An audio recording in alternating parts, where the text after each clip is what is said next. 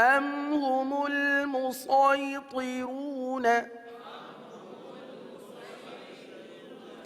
أم هم المسيطرون.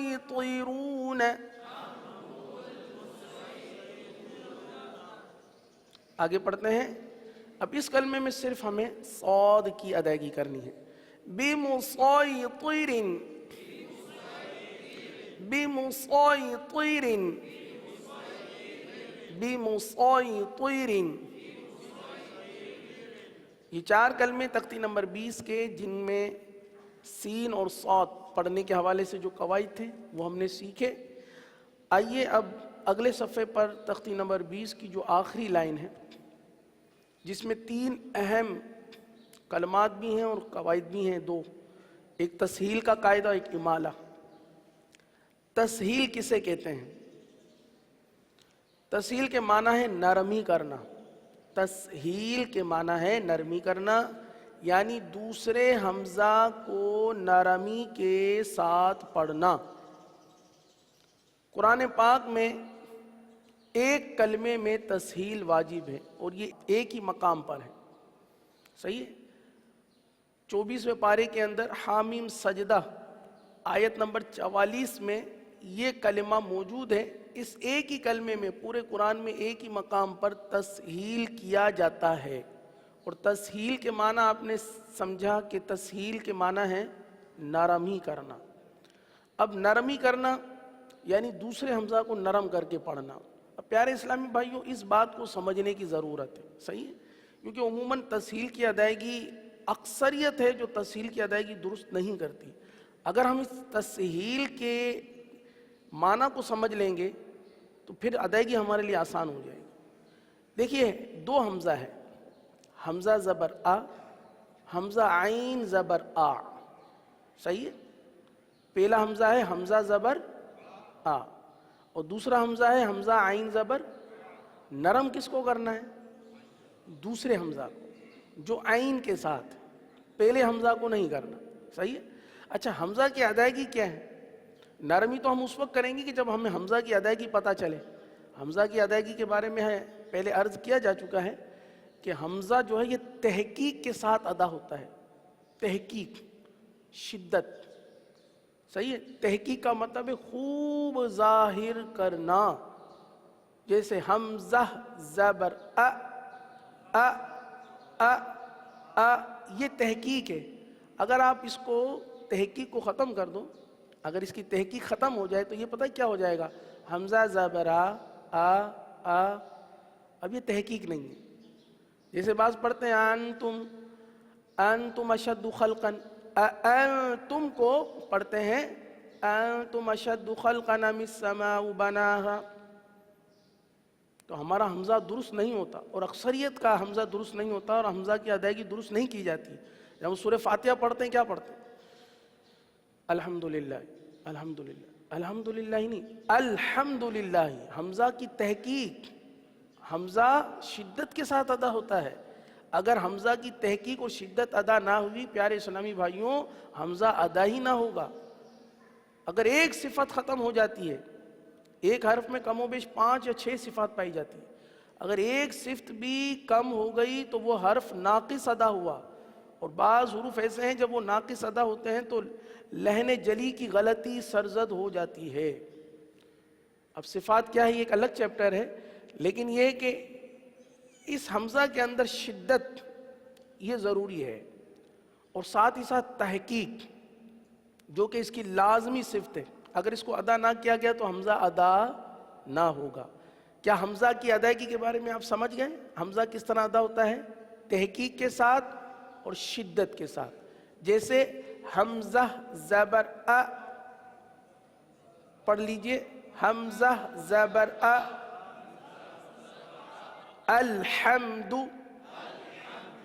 صحیح؟ الحمد نہیں، الحمد. جیسے 2 حمزہ ایک ساتھ آ جاتے ہیں، انتم،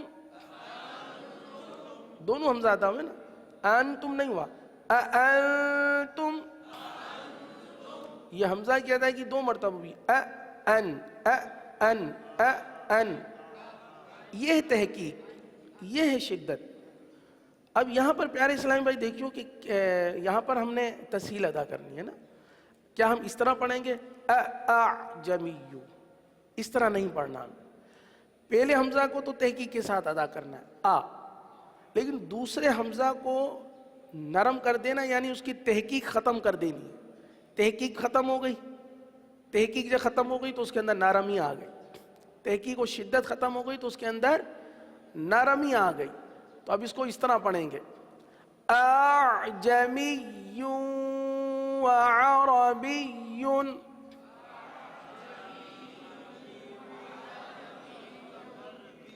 اگر آپ اپنی آواز کو خود سماعت کر لیں، اس میں آپ کو کوئی پریشانی نہ ہو. اگر پریشانی ہو تو ہاتھ رکھ لیجئے، اس کی ادائیگی ایک مرتبہ ضرور اچھی طرح سمجھ لیجئے. صحیح ہے؟ تاکہ آپ یہ کہہ سکیں کہ تسہیل کی ادائیگی الحمدللہ عز وجل ہمیں کرنا آتی ہے. اعجمی وعربی.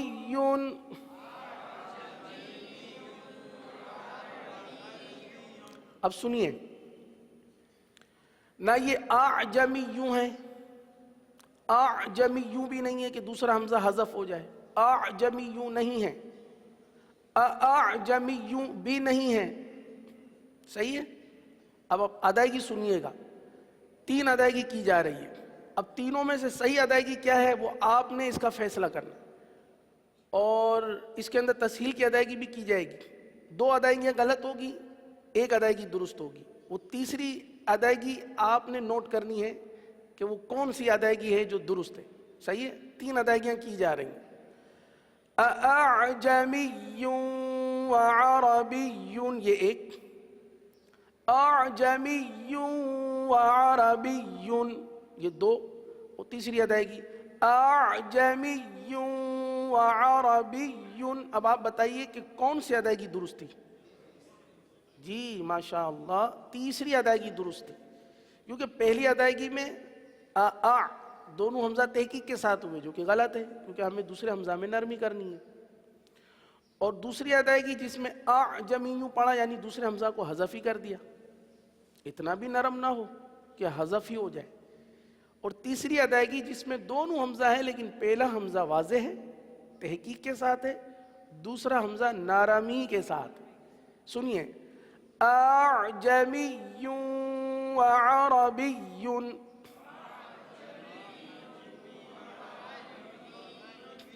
آواز تھوڑی سی بلند کریں گے تو انشاءاللہ ادائیگی آپ کی سمجھ میں آئے گی. اعجمی وعربی.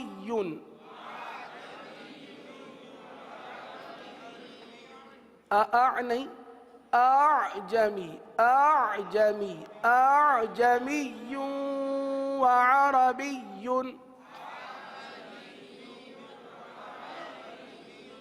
اعجمی وعربی.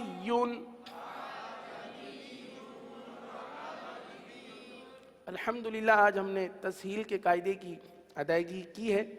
اگر 12 مرتبہ، 26 مرتبہ، 25 مرتبہ پڑھیں گے تو انشاءاللہ عز و جل یہ ہمارا کلمہ جو ہے یا تسہیل کی ادائیگی ہے یہ انشاءاللہ درست ہو سکتی ہے.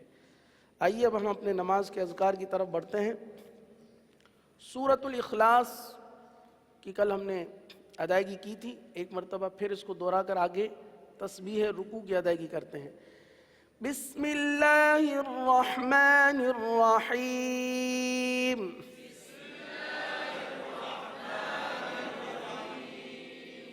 قل هو اللہ احد. قل هو اللہ احد. اللہ الصمد.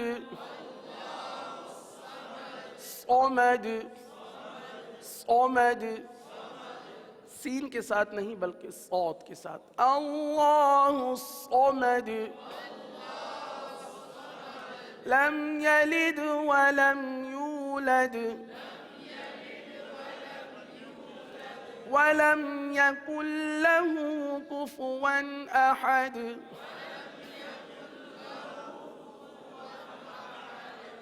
کفوا احد. كفوا أحد ولم يكن له كفوا أحد.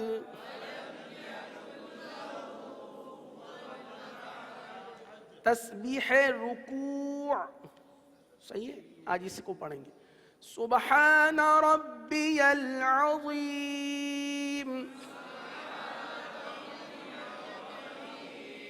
سبحان ربی العظیم عظیم سبحان سبحان ربی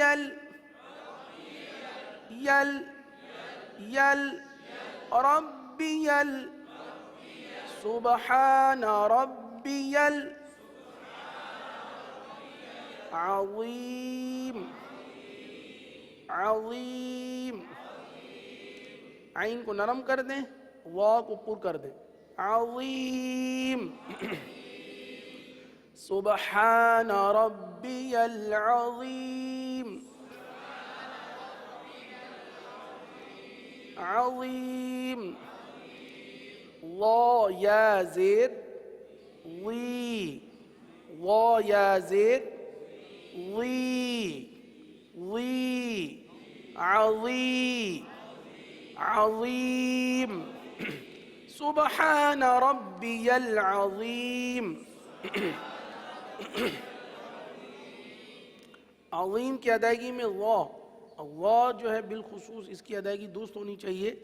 اگر جن سے وا صحیح ادا نہیں ہوتا نماز کے احکام میں یہ تحریر ہے کہ وہ سبحان ربی العظیم کے بجائے کریم پڑھ لے. کہیں ایسا نہ وہ عظیم کے بجائے وا کے بجائے زا پڑھے. عظیم پڑھنا تو بہت سخت غلطی ہے، بہت بڑی غلطی ہے. تو جس کا وا صحیح نہ ہو تو وہ سبحان ربی الکریم پڑھ لے.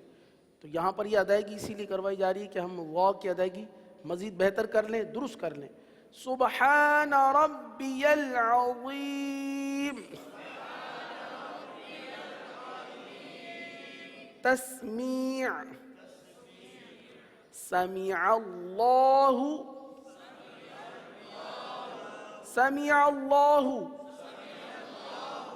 لمن حمدہ سمع اللہ لمن حمدہ سمع اللہ لمن حمدہ لمن حمدہ.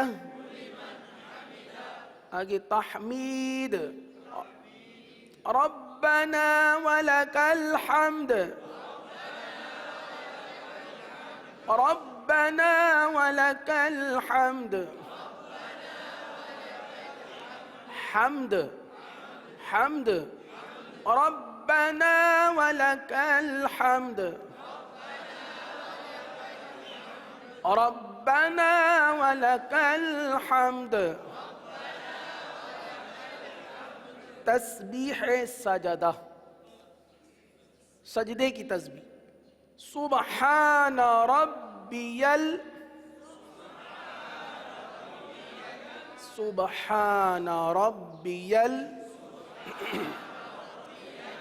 سبحان ربی بیل اعلی اعلی اعلی سبحان ربی الاعلی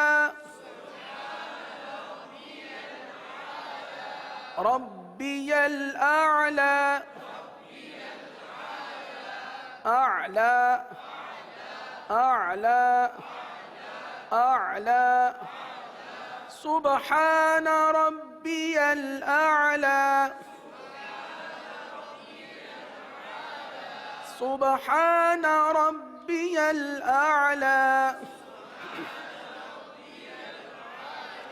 سبحان ربی الاعلی. تشہد التحیات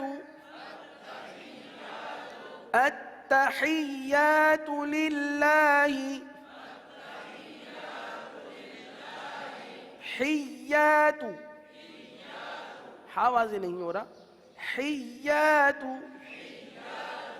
التحیات للہ والصلوات والطیبات. اب یہ پورا جو حصہ ہے اس کو پڑھتے ہیں. التحیات للہ والصلوات والطیبات.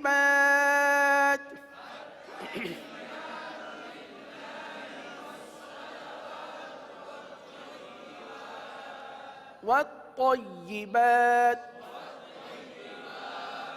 ہاں یہ تو ہے تو ہی نہیں ہے تو. والطیبات.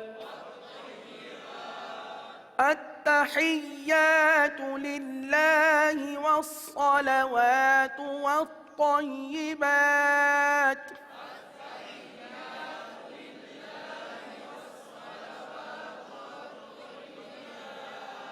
السلام علیک السلام علیک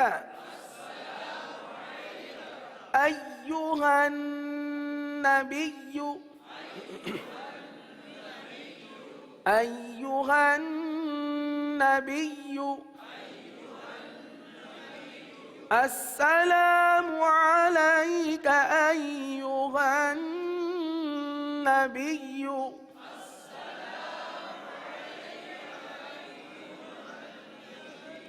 ایہا النبی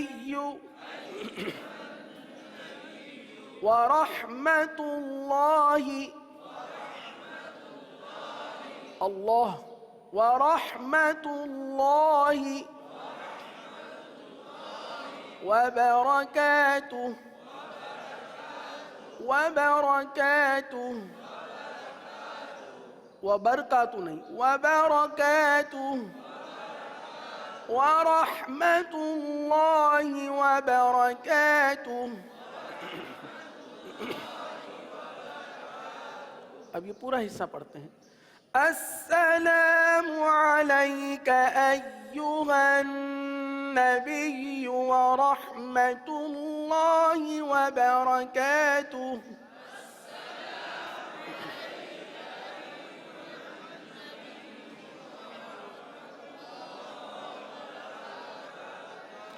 السلام علیک ایہا النبی ورحمۃ اللہ وبرکاتہ.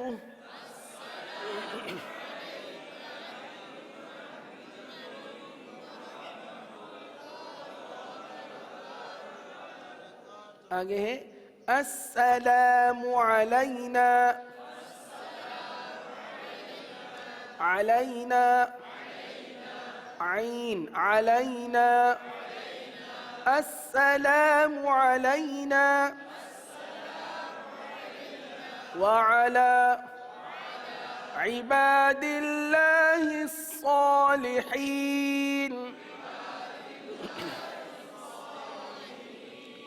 صالحین صالحین نہیں صالحین. وعلى عباد اللہ الصالحین.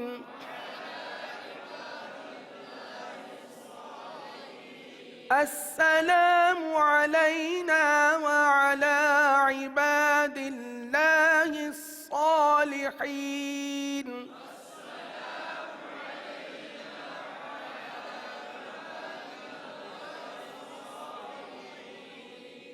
عباد اللہ یہاں پر اللہ کے نام کو باریک پڑھیں گے. عباد اللہ پڑھیں گے. السلام علینا وعلى عباد اللہ الصالحین.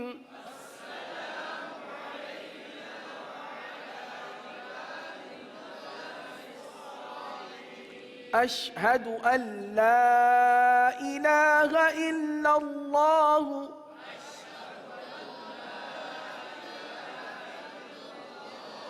أشهد أن لا أشهد أن لا إله إلا الله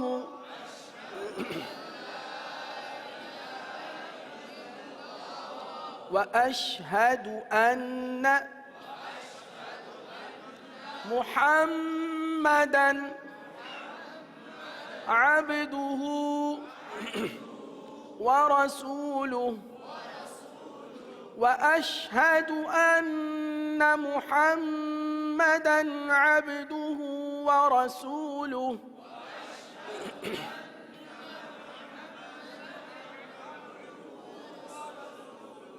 عبده ورسوله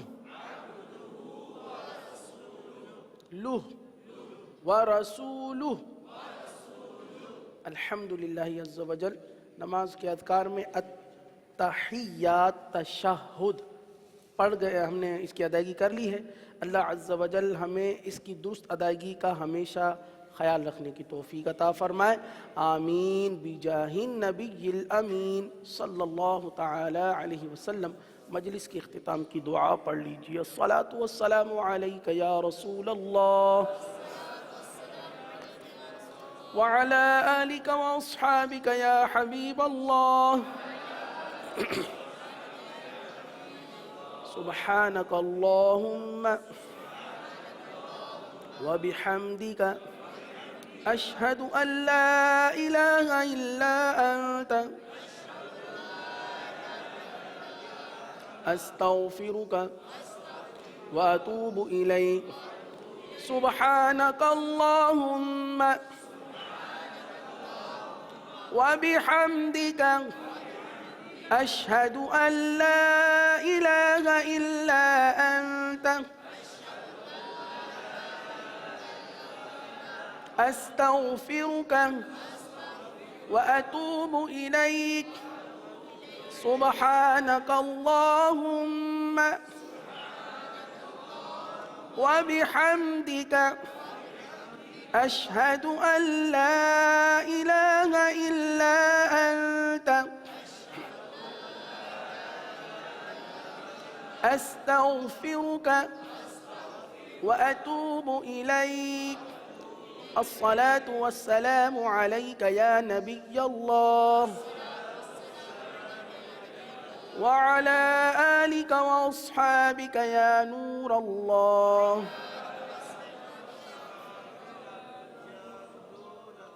گزارے کیسے زندگی، آؤ علماء سے پوچھ لیں. آئے جو مشکل پیش کوئی، آؤ علماء سے پوچھ لیں.